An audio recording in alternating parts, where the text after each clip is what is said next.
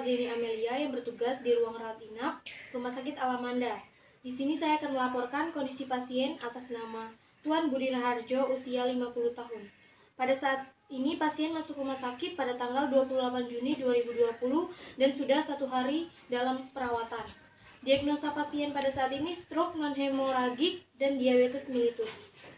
Dengan kondisi pasien pada saat ini, dokter, kesadaran komposmentis, orientasi baik, terdapat kelemahan pada ekstremitas atas dan ekstremitas bagian bawah kanan.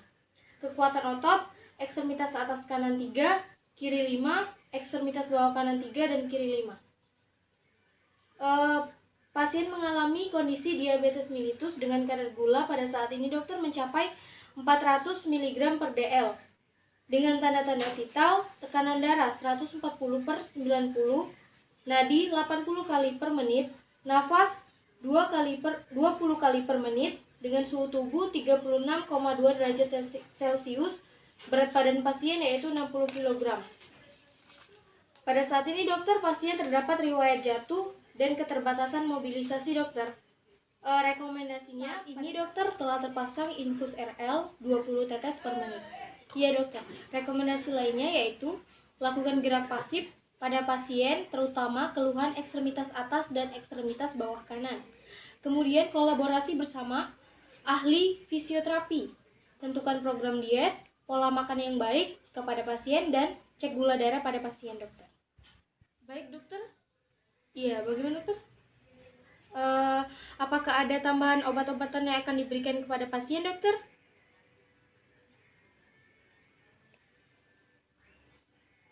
Baik, dokter, saya akan mengulangi kembali delegasi pengobatan, yaitu pemberian insulin 20 unit subkutan. Apakah benar, dokter? Baik, dokter.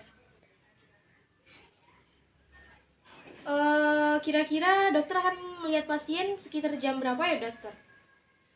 Baik, siang ini ya, dokter. Terima kasih ya, dokter. Selamat pagi, dokter. Waalaikumsalam warahmatullahi wabarakatuh.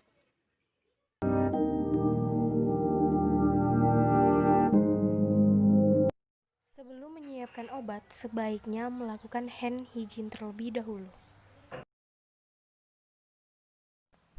Menyiapkan obat harus sesuai dengan prinsip penyiapan obat. Pastikan obat sudah sesuai dengan dosis dan pasien yang benar. Pastikan jarum yang digunakan kencang.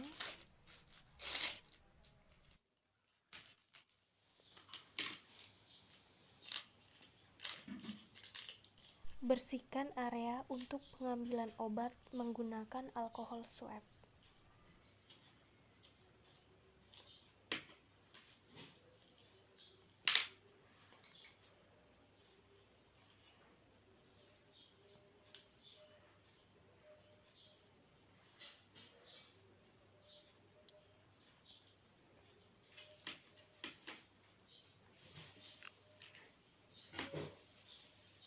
Pastikan di dalam spet tidak ada gelembung.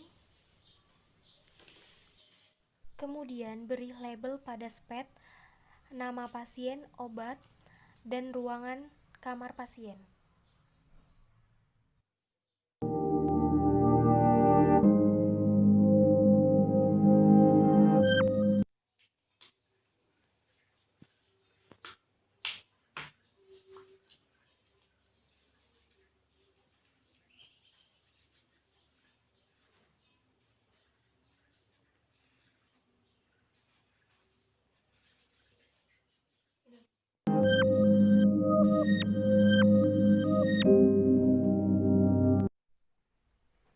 Selamat pagi, Pak.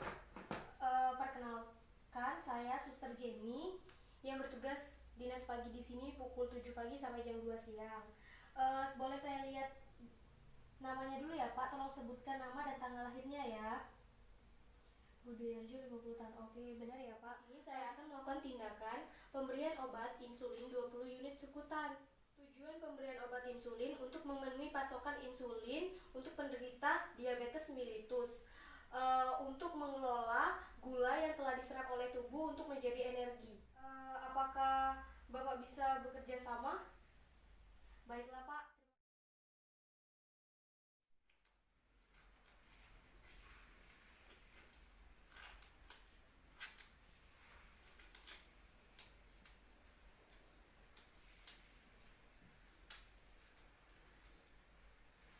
Baiklah, Pak, permisi dulu ya. Baiklah, permisi dulu ya, Pak.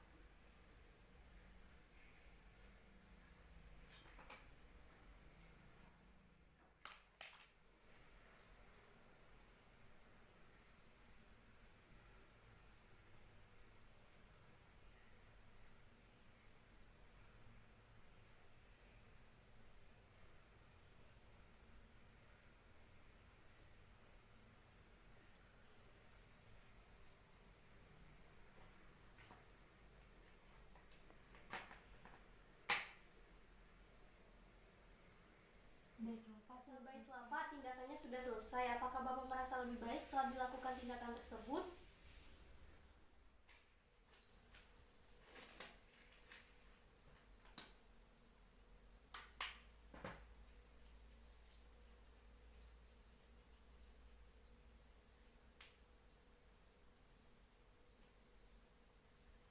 Baiklah Bapak, tindakannya sudah selesai. Jika memerlukan bantuan, Bapak bisa memencet tombol bel yang telah tersedia atau menghubungi perawat yang ada di depan ya Pak. Terima kasih atas kerjasamanya. Saya permisi dulu ya Pak, semoga lekas sembuh.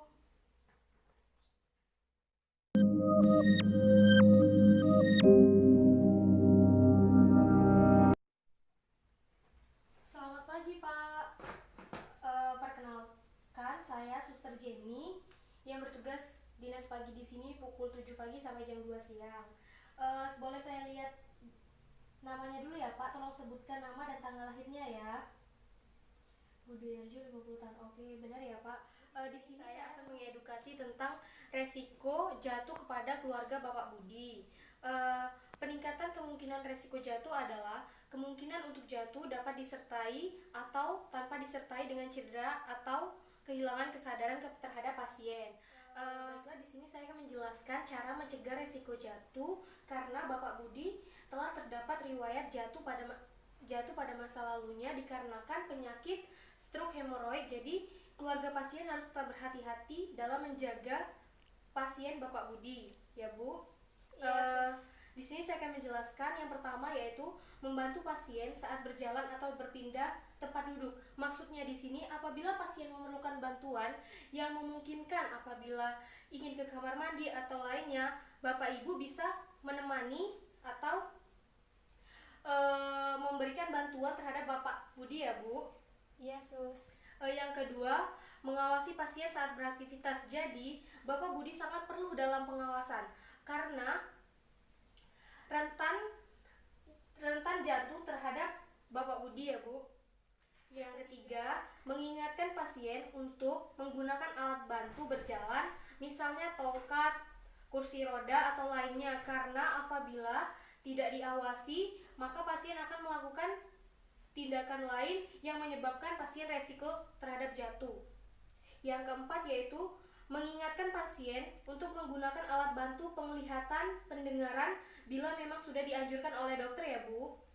Yang kelima, menghindari jalan licin, basah, dan gelap. Jadi pasien harus ditemani terus-menerus. Jadi Bapak atau Ibu bisa bergantian dalam menjaga Bapak Budi ya Bu. Baik, Sus. Selanjutnya, tidak membiarkan pasien seorang diri di dalam kamar. Selanjutnya, kan lampu di malam hari. Kemudian menganjurkan pasien menggunakan alas kaki yang tidak licin ya Bu.